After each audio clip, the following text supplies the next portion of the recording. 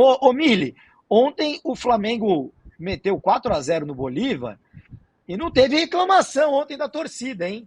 O time engrenou, ô Mili? Ninguém segura mais o Mengão agora na temporada? Não fala isso, Júlio. Tem aquela regra, né? Quando o Renato está alegre. Olha a Mili está secando o Flamengo, gente, de novo. Ela nem esconde. Olha aí com o escudinho desse time aí do Diniz. O Diniz está sendo botado para fora das Laranjeiras. Hoje estava tudo com cartaz colado lá fora, Pardal. Show! Eu não vou nem. Ele perguntou do Flamengo, eu vou falar do Flamengo, Renato. Não me cutuca, não provoca. Então, quando o Renato está pistola, eu tô alegre. Quando o Renato está alegre, eu tô pistola. Essa é a regra. O que aconteceu foi o que o Renato avisou aqui que iria acontecer, né? O De La Cruz ficou de frente para o jogo inteiro, praticamente, então ele pôde organizar. E o Gerson, assim, eu sou muito, muito fã do Gerson. Não é porque ele foi feito em Xerém, não, tá? É porque ele realmente, eu acho ele, olha, eu vou falar isso com muita responsabilidade, assim, eu acho o Gerson um fora de série. Quando ele saiu do Flamengo, eu escrevi um texto lamentando a saída. E tentando explicar por que eu achava que aquele time orbitava em torno dele. Agora, parece que o Gerson é uma posição. A inteligência tática, além da técnica, né, que é uma exuberância, a inteligência tática do Gerson, eu acho, assim, arrebatadora. Eu fico realmente muito, muito comovida quando eu vejo o Gerson jogar como ele jogou ontem. Então, parece que sim, parece que existe aí um encaixe para esse Flamengo, sabe? E agora o Arrascaeta tem um substituto quase à altura, né? Então, para quem é anti como eu, parece que os tempos serão sombrios. Dias difíceis pela frente, Mili. Dias difíceis virão, exato. O pior ainda está por vir, exato. Para os secadores, é isso. Ô Renato, curiosamente, bom, o time foi aquele que você queria, né? Que você já dizia que seria o time contra o Bolívar. O Flamengo fez um gol com 1 minuto de jogo e depois é verdade que na meia hora seguinte o Bolívar teve espaços, teve chances claras para empatar. Não empatou, o zagueiro deu uma pichotada, o Flamengo fez 2-0, o jogo completamente se abriu e se resolveu para o Flamengo ainda no primeiro tempo, né? Agora, curioso que o De La Cruz e o Gerson, no fim das contas, né, Renato? Se a gente olhar para o time lá do começo do ano, é uma simples inversão, né? É uma simples inversão. Começou com o De La Cruz lá pela direita, o Gerson como segundo volante, e agora eles inverteram. Não é uma simples inversão. É a inversão. Porque o De La Cruz jogando de Everton Ribeiro e o Gerson jogando de volante, os dois pioram consideravelmente. Consideravelmente. Agora não, agora eles estão no lugar certo. O De La Cruz está de segundo volante, ele é o motorzinho desse time do Flamengo, portanto ele tem que vir de trás e não ficar lá na posição do Arrascaeta, que foi outra questão que o Tite tentou e que não deu certo e que ele teimou. Agora não, agora o time encaixou. Basta o Tite não ter recaída. Porque, por exemplo, eu que estava triste pela morte do Apolinho, mas feliz pela atuação do Flamengo, quase tive um ataque de pânico quando eu ouvi o Tite falar na entrevista que sim, jogamos no 4-4-2, tá? E é bom porque assim nós podemos alternar com o 4-3-3 de pontinha. Eu queria entrar na tela e enganar o professor Adenor. Esquece essa porcaria. Esquece. Mas ele não vai esquecer, Renato. Mas ele vai esquecer. Se ele não esquecer, a torcida vai fazer ele esquecer. Ou então nós vamos nos esquecer dele e ele vai ficar na história, porque nós vamos botar ele para fora. Não tem o menor cabimento, gente.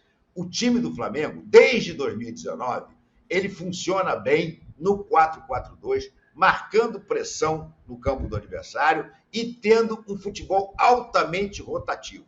Foi assim com o Jorge Jesus e foi assim com o Dorival. O Rogério Ceni ficou no meio termo, mas mesmo assim estava mais para o 4-4-2 do que para o famoso jogo posicional, ou também conhecido como de totó ou dedobol, entendeu? Que só o Guardiola consegue fazer jogar uma barbaridade.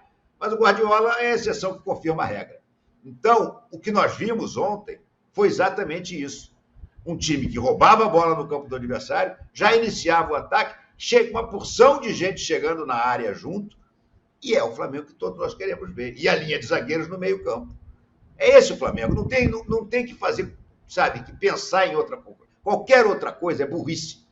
Você pode até dizer, não, o Arrascaeta não joga, joga o Lohan. O Cebolinha não joga, joga o Bruno Henrique. O Pedro não joga, joga o Gabriel. Mas nesse sistema, se você usar a troca eventual de jogadores titulares para mudar o sistema, você vai dar um tiro no pé. E foi o que nós vimos ontem. O Flamengo praticamente garantiu a sua vaga para a próxima etapa, como segundo lugar, graças às poupadas do Tite, que poupou na estreia contra a Libertadores, poupou contra o Bolívar, e o resultado é que o Flamengo vai se classificar em segundo lugar, a menos que aconteça um resultado improbabilíssimo, que é do Palestino derrotar o Bolívar lá no alto da montanha. Não acredito. Esse mesmo Palestino levou de 4 do Bolívar no Chile, então não vai ganhar lá no alto da montanha, mas o Flamengo vai derrotar o Milionários, que hoje em dia provavelmente até talvez venha com o time reserva. Já está fora. Não disputa mais nada. Nem Sul-Americana. Nem Sul-Americana. Então, o jogo para ele não vale nada. Então, o Flamengo, com a vitória de ontem, o Flamengo praticamente garantiu a sua vaga na próxima fase. Estamos todos aqui torcendo para que o Fluminense, do Fernando Diniz e da Mille, se classifique em primeiro e que o sorteio das bolinhas nos permita um belo Fla-Flu nas oitavas. Olha, é o adversário que nós queremos. Nós não queremos Palmeiras. Não queremos Palmeiras. Qual que é a soma? Qual que é a soma de torcedores do Flamengo e do Palmeiras? 35%, né? Se a gente somar aí as pesquisas, aí, 35% dos torcedores brasileiros.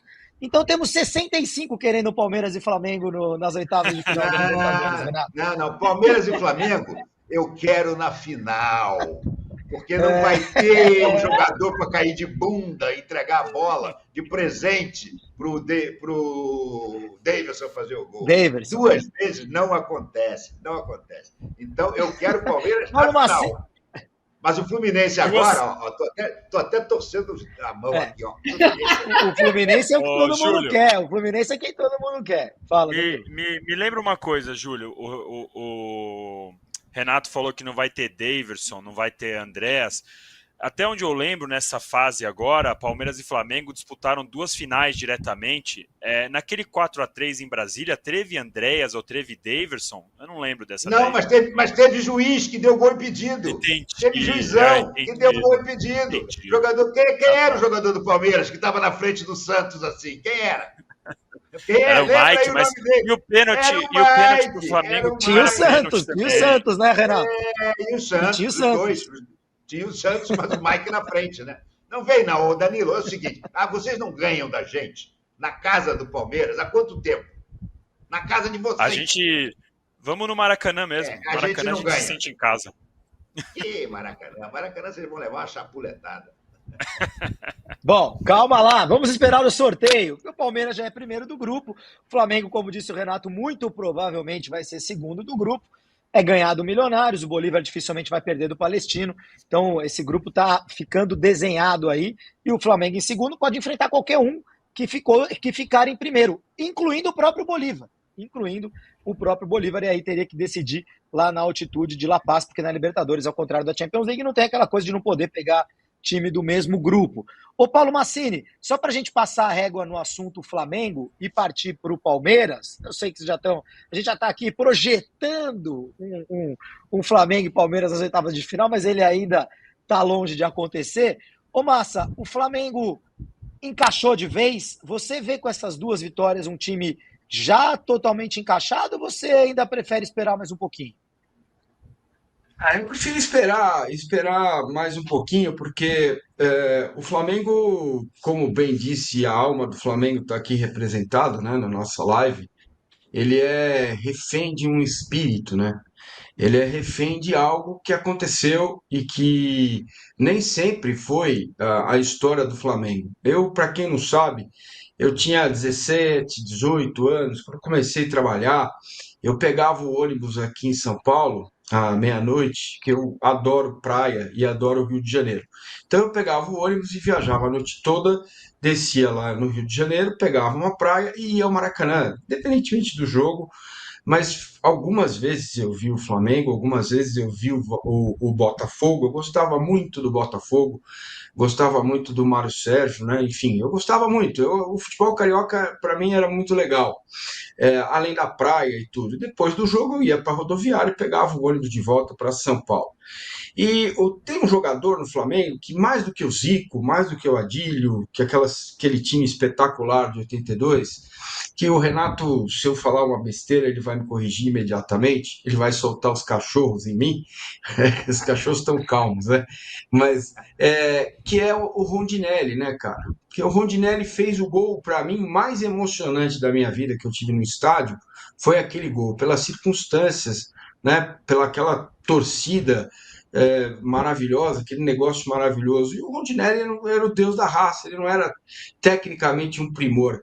E aquele time do Flamengo, ele começou a ser forjado em 76, né? Então demorou para chegar o time de 82, demorou. Foram anos fazendo aquele time, formando aquele time. Então, cara, eu fico muito incomodado, até ficava um pouco com o Renato, quando as críticas ao Tite são justas pelo esquema tático. Eu falava, não é possível, o Flamengo vai trocar de técnico de novo. Pelo amor de Deus, para! O Flamengo precisa ter um treinador, é mais fácil alguém conversar com o Tite, e ele tem toda a razão na questão do Gerson e De La Cruz.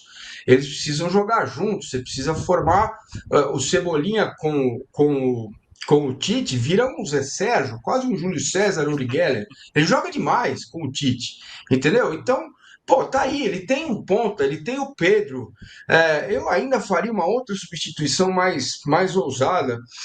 Eu manteria o menino no meio-campo na vaga do Arrascaeta. Manteria o Gerson na direita, o Lohan e o De La Cruz, cara, porque o Arrascaeta joga um jogo mais ou menos, joga outro, fica dois deitado, sabe? O futebol é outro hoje, mudou. E o Lohan, cara, tá pedindo passagem, sabe? Ele tem aquele frescor dos meninos do Ninho, né? Do craque se forma em casa. O Flamengo precisa buscar um pouco isso de volta. Ter pelo menos 2 ou 3 jogadores formados na base, jogadores que possam trazer um pouco essa coisa que o Flamengo sempre carregou aqui no sangue, entendeu? E que se perdeu por causa da arrogância de Landim, Braz, humor de virilha, essas coisas aí. É dinheiro, dinheiro, dinheiro, dinheiro. Cara, futebol não é só isso, entendeu? Então acho que é um caminho. Vamos esperar um pouquinho? Deixa eu dizer uma coisinha Vamos só esperar um assim. pouquinho. Peraí, deixa eu falar uma. Primeiro, eu concordo integralmente com a sua opinião de que tem que esperar um pouquinho. Foram 2 jogos só. É impossível você dizer, 2 jogos, não, calma, o Tite pode ter uma recaída. Quanto à questão do Tite, de trocar técnico, eu só quero dizer para você o seguinte, Vassini, de 2019 para cá, todos os anos que o Flamengo conquistou títulos foi trocando técnicos. Não teve nenhum ano que o Flamengo conquistou títulos importantes mantendo o técnico. Então, se o Tite conseguir isso, vai ser uma novidade. Então, eu até entendo a teoria de que você manter o técnico é melhor. Mas eu concordo com essa teoria quando o técnico está fazendo um bom trabalho. Quando ele não está, amigo, troca rápido, que é a melhor coisa para você fazer.